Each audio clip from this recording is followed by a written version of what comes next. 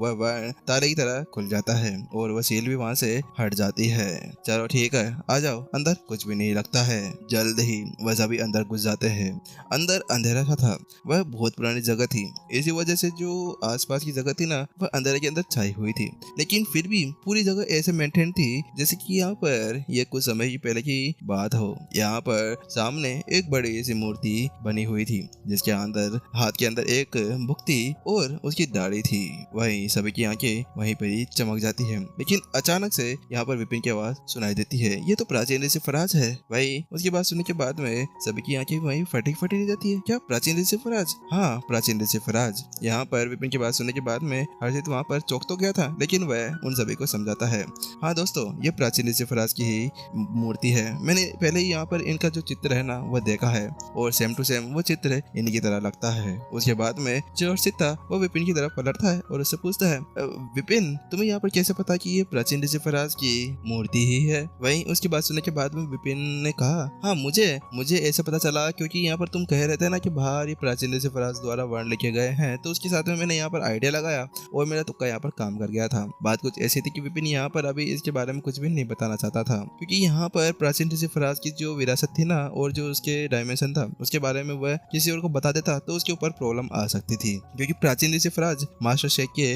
नौकर थे और उनकी विरासत के पीछे कोई भी पड़ सकता था, चाहे से वह संत वंश का कोई सा भी कबीला क्यों ना हो। वही जहाँ पर विपिन ने वह शब्द कहे थे ना, तो हर्षित ने उसके ऊपर ज्यादा ध्यान नहीं दिया, क्योंकि उसको भी यहाँ पर लग रहा था कि शायद विपिन के पास में भी कोई ना कोई रहस्य होगा जिसके बारे में वह नहीं बताना चाहता होगा, और हर एक का एक रहस्य होता है। इसी वजह से वहाँ पर हर्षित सामने देखने लगता है और उस मूर्ति के सामने जाकर खड़ा हो जाता है, नीचे झुकता है और वहाँ पर ग्रेड करने लगता है, प्राचीन ऋषि फराज, मैं आपको यहाँ पर सम्मान देता हूँ। और उसके बाद में हर्षित यहाँ पर आगे बढ़ जाता है और आगे बढ़ने के साथ में ही उसके साथ में हर्षित आगे बढ़ जाता है और आगे बढ़ने के साथ में ही वह उसका हाथ होता है ना, वह प्राचीन ऋषि फराज के पैरों को छू जाता है। लेकिन जैसे वो उसको छूता है, अचानक से प्राचीन ऋषि फराज की उस मूर्ति के अंदर जान सी आ जाती है, एनर्जी एक्टिवेट हो जाती है और एनर्जी को एक्टिवेट होते ही प्राचीन ऋषि फराज की आंखें खुल जाती है। ये तो प्राचीन ऋषि फराज की पीछे छोड़ी गई आत्मा है। वहाँ पर सभी की आवाज में एक उत्तेजना लग रही थी, सभी हैरान थे। वहीं जहाँ पर सभी हैरान थे ना, तो वहीं प्राचीन ऋषि फराज बोलना शुरू करते हैं, मेरी नजरों के अंदर डायमेंशन कुछ भी नहीं है, मैंने डायमेंशन को बहुत अच्छी तरह से समझ लिया है।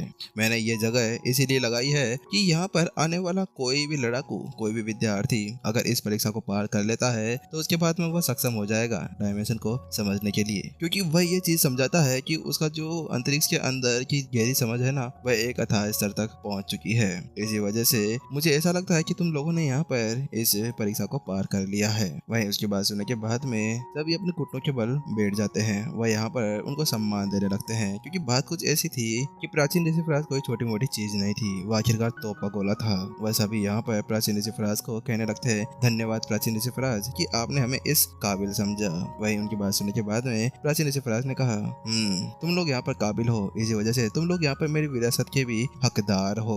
वहीं प्राचीन ऋषि फराज की बात सुनने के बाद में जो हर्षित था ना, वो विपिन की तरफ देखता है, लेकिन जैसे वो वहाँ पर उसकी तरफ देखता है ना, तो उसकी आंखें थोड़ी सी गुस्से के अंदर हो जाती है और वो विपिन से कहता है, विपिन, तुम्हें क्या कर रहे हो? क्या तुम्हें यहाँ पर प्राचीन ऋषि फराज को सम्मान नहीं देना चाहिए था? लेकिन वहीं उसकी बात सुनने के बाद में जो सभी लोग थे ना, वो उसकी तरफ देखने लग जाते हैं, और जब वो सभी इसी तरह देख रहे थे ना, तो प्राचीन ऋषि फराज की निगाहें भी उसी तरफ जाकर टिक जाती है। लेकिन जैसे ही वहाँ पर वह उसे देखते हैं ना, तो उसके साथ में ही प्राचीन ऋषि फराज की जो निगाहें थी वो बहुत ही ज्यादा भयानक हो जाती है। ऐसा लग रहा था जैसे कि उन्होंने यहाँ पर अभी कोई भूत देख लिया हो। तुम फिर से यहाँ पर आ गए, तुम फिर से यहाँ पर क्या कर रहे हो? प्राचीन ऋषि फराज ने वहाँ पर विपिन से कहा। हालांकि जैसे विपिन ने वहाँ पर प्राचीन ऋषि फराज की बात सुनी ना, तो उसके साथ में वो चौंक जाता है। क्या क्या आप मुझे यहाँ पर जानते हैं? वहाँ पर जैसे विपिन ने वह शब्द कहे थे ना, तो प्राचीन ऋषि फराज ने अपना मुंह मरोड़ते हुए उससे कहा, हाँ हाँ, बेशक मैं आपको जानता हूँ। आखिरकार मैं आपको कैसे नहीं भूल सकता, आप ही तो वह है जिसने यहाँ पर मेरी सभी साधना टेक्निक्स और मेरी उस मैनुअल्स के अंदर इतनी ज्यादा खामियां निकाली थी और उस मैनुअल को पूरी तरह से ठीक भी किया था। और आपने मुझको वहाँ पर वह जो लेक्चर दिया था और जो शिक्षा दी थी ना, उसके साथ में आप मेरे आधे शिक्षक बन चुके हैं। तो क्या मैं यहाँ पर आपको नहीं जानूंगा? और ये बात तो कहने की भी नहीं है कि मैं आपको कभी भी अपनी जिंदगी के अंदर कभी भी नहीं भूल सकता। हालांकि मैं यहाँ पर पहले ही मर चुका हूँ।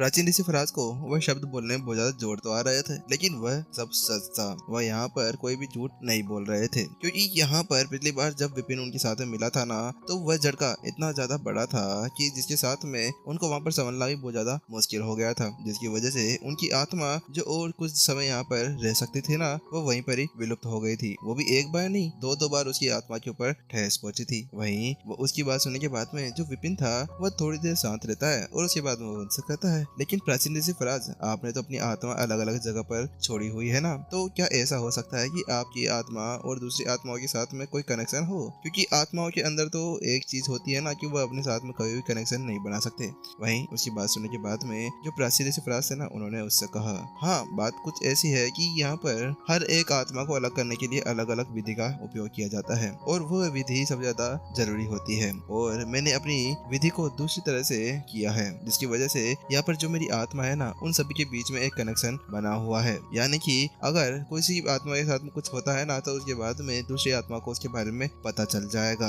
और इसके अलावा यहाँ पर ये चीज का पता लगाना तो बिल्कुल आसान था, क्योंकि आप हमेशा मेरे उस महल को हमेशा अपने साथ में लेकर घूमते हैं, और अगर आप मेरी चीज को अपने साथ में लेकर घूमेंगे तो उसके बाद में ये बताना तो बिल्कुल आसान हो जाएगा कि आपकी जो अंतरिक्ष की समझ है ना, वो एक खतरनाक स्तर तक पहुंच चुकी है। इसी वजह से यहाँ पर इसके बारे में तो बिल्कुल आराम से कहा जा सकता था। वहीं जब विपिन ने वह शब्द सुने तो उसके साथ में भी उसने अपना सिर हिला दिया, क्योंकि वह समझ चुका था कि आखिर वहाँ पर माजरा क्या था। बात कुछ ऐसी थी कि वह हमेशा अपने साथ में प्राचीन ऋषि फराज के उस डोमेन को लेकर फिरता था जो उन्होंने अपने पीछे छोड़कर चले गए थे। उसी कारण से उसके अंदर जो ओरा था ना, उसको उन्होंने वहाँ पर समझ लिया था, और उनकी आत्मा की जो विधि थी वो भी बिल्कुल अलग थी। मुझे पता चल गया है कि आखिरकार आप यहाँ पर पहुंचने में क्यों कामयाब हो गए हैं, और कैसे आप वहाँ पर डोंगे से लोग के ऊपर भी कंट्रोल करवाने में कामयाब हो पाए हैं। लगता है कि अब यहाँ पर मेरा रहना बिल्कुल भी सही नहीं है, क्योंकि मुझे आपने पिछली बार जितना भी झटके दिए थे ना, तो उसके बाद में मैं अब तक भी पूरी तरह से उभर नहीं पाया हूँ। इसी वजह से जिससे पहले कि आप मुझे यहाँ पर और कुछ झटका देना, उसके पहले मेरा यहाँ से जाना ही सही रहेगा। इतना कहने के साथ में ही जो प्राचीन ऋषि फराज थे ना, उनकी जो मूर्ति थी उसके अंदर दरारें चलना शुरू हो जाती है। अलविदा। और इतना कहने के साथ में ही वहीं पर ही वह टूट फूट कर गिर जाती है। लेकिन जैसे ही यहाँ पर उनकी आत्मा बिखरती है ना, उसके साथ में ही ये क्या हो गया? उस झटके से सभी पूरी तरह से हिल चुके थे। हर्षित, साक्षी, फारिज और अकबर, उनकी ऐसी हालत हो गई थी कि वह यहाँ पर फूट फूट कर रोने लगेंगे, क्योंकि उन्होंने इतनी ज्यादा मुश्किल से यहाँ पर आए थे। वह यहाँ पर आने के लिए बहुत सी मुसीबत को सामना किया था, लोग जैसे लोगों को वहाँ पर पकड़ा था। उसके बाद में उन्होंने यहाँ पर उस लूप होल का भी सामना किया था, जिसकी वजह से वो वहीं पर ही अटके हुए थे। हालांकि यहाँ पर आने के बाद में उनके सामने के प्राचीन ऋषि फराज उनको बिना कुछ दर्शन दिए, बिना विरासत दिए वहाँ से चले गए थे। आखिरकार वह ऐसा कैसे कर सकते थे? वह उसके बाद में वह विपिन की तरफ देखने लगते हैं। विपिन, ये तुमने क्या कर दिया? आखिरकार क्या तुम अपनी हरकतों से यहाँ पर बाज नहीं आएंगे? वहीं अब सभी की निगाहों को अपनी ओर देखते हुए और उनकी बात सुनने के बाद में विपिन का चेहरा शर्म से लाल हो चुका था। हालांकि वो भी यहाँ पर अपनी आंखें खोलकर अपने सामने के नजारे को देख रहा था। वह अभी भी उस झटके से बिल्कुल भी बाहर निकला था, क्योंकि यहाँ पर विपिन ने इन कुछ वर्षों के अंदर यहाँ पर उसने बहुत सी विरासतें देखी थी। सभी विरासतें बहुत ही ज्यादा अलग अलग थी, बहुत ज्यादा पावरफुल भी थी। लेकिन उस समय जो उनके मालिक हुआ करते थे ना, वह इतने ज्यादा समय तक रहते तो थे, लेकिन उसको पूरी चीजें बताकर वहाँ से गायब हुआ करते थे। लेकिन जब से वो प्राचीन ऋषि फराज से मिले थे ना, तो उसके बाद में वह जब भी मिलते तो वहाँ से कुछ सेकंड्स के अंदर गायब हो जाया करते थे। और ये माजरा विपिन को अभी तक समझ में नहीं आया था कि आखिरकार प्राचीन ऋषि फराज हमेशा ऐसा क्यों किया करते थे, क्योंकि हर बार विरासत के बारे में बताते बताते ही वो वहाँ से गायब हो जाया करते थे। अब विपिन को यहाँ पर समझ में आया कि माजरा क्या था, क्योंकि प्राचीन ऋषि फराज मास्टर शेख के एक नौकर थे, और अगर वह मास्टर शेख के नौकर थे तो उनके कुछ गुण तो उनके साथ में आने ही थे ना। क्योंकि जब भी विपिन यहाँ पर मास्टर शेख के उस आत्मा या उनसे मिला करता था ना, तो उसी वक्त वहाँ पर मास्टर शेख आधी अधूरी बातें बताकर कुछ पहेलियां बनाकर वहाँ से रफू चक्कर हो जाया करते थे। ऐसा लग रहा था जैसे कि यहाँ पर उनकी कोई ट्रेन छूट रही हो, और उन्होंने कभी भी वहाँ पर विपिन को जन्मजात उस जहर के बारे में कुछ भी नहीं बताया था जो उसकी बॉडी के अंदर तैर रहा था। माशाल्लाह, ये मास्टर और नौकर दोनों की जोड़ी ये तो बहुत ही ज्यादा डर खा रही है। आखिरकार ये कभी सुधरेंगे नहीं क्या? हमेशा बस ऐसे ही मुंह उठाकर भागने के लिए तैयार बैठे रहेंगे। विपिन बहुत ही ज्यादा निराश लग रहा था। ऐसा लग रहा था कि पूरी दुनिया की निराशाई उसके मन के ऊपर ही छा गई हो। लेकिन यहाँ पर विपिन को पता था कि यहाँ पर हर्षित और अन्य लोगों का जो सवाल जवाब थे वह उसके सर के ऊपर बैठ सकते थे। इसी वजह से वो अपना गला साफ करता है और कहता है बात कुछ ऐसी है कि मैं इनसे पिछली बार भी मिला था और पिछली बार भी ऐसा कुछ हुआ था, तो मुझे ऐसा लगता है कि प्राचीन ऋषि फराज ये चाहते हैं कि हम लोग यहाँ पर खुद से उन सभी चीजों को ढूंढे जो उन्होंने हमारे लिए पीछे छोड़ी है। क्योंकि ये देखकर कि अगर प्राचीन ऋषि फराज इतने बड़े इंसान हैं और वह इतने बड़े एल्डर हैं, तो उसके बाद में कैसा हो सकता है कि वह यहाँ पर किसी को भी अपनी वह विरासत दे दे। वह उसकी बात सुनने के बाद में जो हर्षित था वह समझ चुका था कि आखिर क्या करना चाहिए। इसी वजह से वह सभी को समझाता है वैसे विपिन सही कह रहा है, क्योंकि प्राचीन ऋषि फराज कोई नॉर्मल इंसान तो थे नहीं, वह आखिरकार हमारे एंसेस्टर थे